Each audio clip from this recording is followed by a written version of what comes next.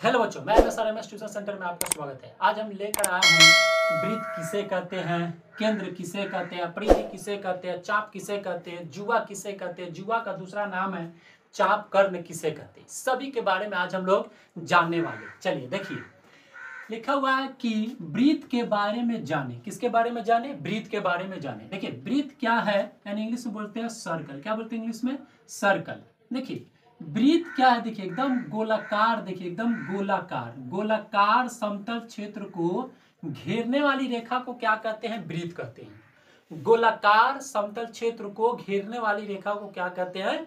वृत्त कहते हैं। चलिए अब देखिए, आप वृत्त के ठीक बीच में एक बिंदु रहता है। वृत्त के ठीक एक बीच में बिंदु रहता है, उसे हमने नाम दे दिया है केंद्र। क्या नाम दिए? केंद्र नाम दिए।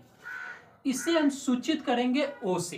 किससे सूचित करते हैं? केंद्र को ओ से सूचित करते हैं। चलिए अब देखिए, अब फिर हमने क्या किए कि केंद्र से, है ना, ये वाला आप देख रहे हो ना, ये वाला है ना, इसको परिधि कहते हैं। क्या कहते हैं? परिधि। यानी वृत्त के घेरने वाली जो रेखा होता है उसको परिधि कहते हैं। वृत्त को घेरने वाली जो ये वृत्त है, उसको ही घेर रहा है, उसको हम क्या कहेंगे?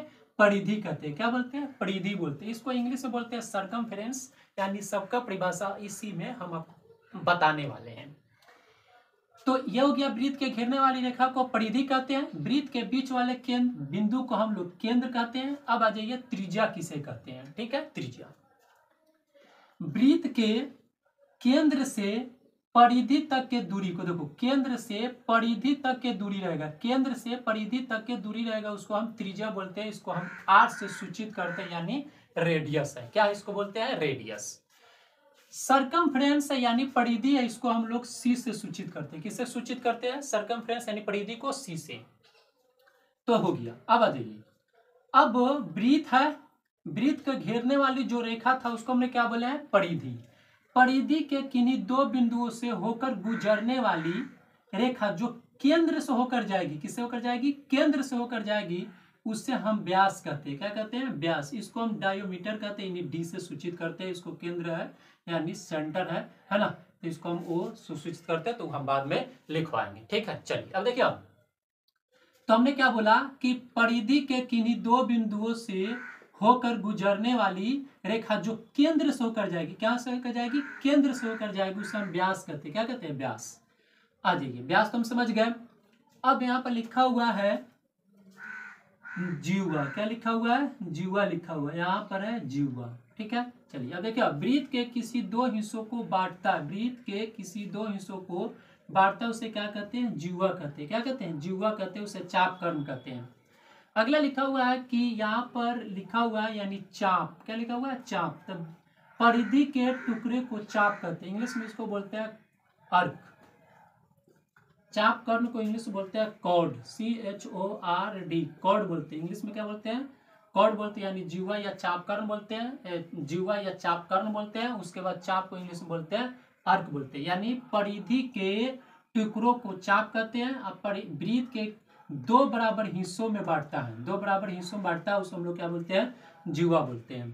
तो ये रहा मतलब इसका पूरा मतलब वृत्त का बारे में। देखिए लिखा है वृत्त। अब मैं इसका लेकर आया हूं परिभाषा। वृत्त किससे कहते हैं? तभी बोला था मैंने, गोलाकार समतल क्षेत्र को वृत्त कहते हैं। गोलाकार समतल क्षेत्र को क्या कहते हैं? वृत्त कहते हैं। ठीक है, ठीक है। उसके बाद लिखा है केंद्र। इंग्लिश में बोलते हैं सेंटर। क्या बोलते हैं? सेंटर। यानी वृत्त के बीच वाला जो बिंदु रहता है ना, उसको केंद्र कहते हैं। क्या कहते हैं? केंद्र कहते हैं। तो लिखा है वृत्त के अंदर ठीक बीच के बिंदु को केंद्र कहते हैं। क्या कहते हैं? केंद्र। जैसे हमने मान लिया वृत्त है, वृत्त के बीच वाला बिंदु क्या बोलते हैं? केंद्र बोलते हैं। क्या बोलते हैं? केंद्र। तो केंद्र समझ गया। चलिए अब लिखा है त्रिज्या। क्या है? त्रिज्या। क्या है? त्रिज्या है। चलिए अब देखिए, तो लिखा है केंद्र से परिधि तक के दूरी को त्रिज्या कहते हैं। यानी केंद्र है, परिधि है। क्या है? परिधि। यानी वृत्त को घेरने वाली जो रेखा रहता है ना, उसको परिधि कहते हैं। क्या कहते हैं? परिधि। यानी वृत्त को घेरने वाली रेखा को परिधि कहते हैं। तक केंद्र से परिधि तक के दूरी को क्या कहते हैं? त्रिज्या। क्या कहते हैं? त्रिज्या। लिखा हुआ है सब त्रिज्या कहते हैं। इसे आर द्वारा सूचित किया जाता है, यानी रेडियस है, यानी ये वाला हमारा हो जाएगा आर हो गया। ठीक, चलिए लिखा है व्यास। यानी परिधि के किन्हीं दो बिंदुओं को मिलाने वाली रेखा जो केंद्र से होकर गुजरती है, यानी परिधि हो गया, ये वाला भी परिधि है, ये वाला भी परिधि है, तब परिधि के किन्हीं दो बिंदुओं से होकर गुजरने वाली, यहाँ लिखा है मिलाने वाली रेखा जो केंद्र से होकर गुजरती हो। क्या किससे होकर गुजरती हो? केंद्र से होकर गुजरती हो, उसे हमने क्या बोलते हैं?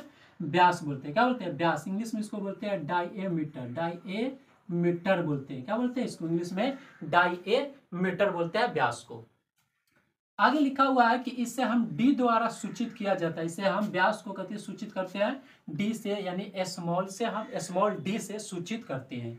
आगे लिखा हुआ है चाप किसे कहते हैं? तो चाप को इंग्लिश में बोलते हैं आर्क, यानी परिधि के टुकड़े को चाप कहते हैं। परिधि के टुकड़े को चाप कहते हैं, यानी ये परिधि हो गया, ये वाला है, इसी को हम लोग क्या बोलेंगे? इसका टुकड़ा ले लेते हैं ऐसे, यही है हमारा क्या है? ये चाप है। थोड़ा ऐसे भी ले सकते हैं, ये भी हो सकता है, ऐसे भी हो सकता है, ये हमारा चाप है। अब देखिए, अब चाप समझ गए, परिधि के टुकड़े को चाप कहते हैं। अब लिखा हुआ है जीवा तथा चाप कर्ण। क्या लिखा हुआ है? जीवा तथा चाप कर्ण किसे कहते हैं? तो देखिए, इंग्लिश में बोलते हैं कॉर्ड, CHORD, कॉर्ड। कॉर्ड मतलब होता है चाप या जीवा या चाप कर्ण होता है। लिखा है वृत्त को किसी दो हिस्सों में बांटने वाली रेखा खंड को जीवा कहते हैं। क्या कहते हैं? जीवा कहते हैं। यानी देखिए, अब इसको हमने क्या किया कि इसको ऐसे बांट दिए, तो वृत्त को दो हिस्सों में बांट दिए, एक ये वाला हिस्सा, एक ये वाला हिस्सा। तो वृत्त को किन्हीं दो हिस्सों में बांटने वाली जो रेखाखंड रहता है उसको हम लोग क्या बोलते हैं? जीवा बोलते हैं। क्या बोलते हैं? जीवा। देखिए, ये वाला है, इसको हम लोग जीवा बोलते हैं। जैसे ए हो गया और ये भी, ये हमारा हो गया जीवा, और ये वाला जो आप देख रहे हैं ये वाला हो गया हमारा चाप। क्या हो गया?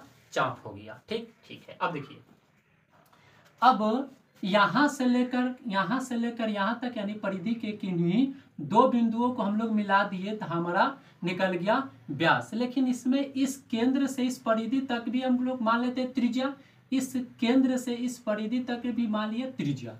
तो त्रिज्या इसमें अगर पूछे कि अगर आप बतलाइए कि व्यास क्या होता है, तो त्रिज्या के दुगुनी। देखिए, एक आर और एक आर मिलकर क्या हो गया? 2r। तो व्यास हमेशा त्रिज्या के क्या होता है?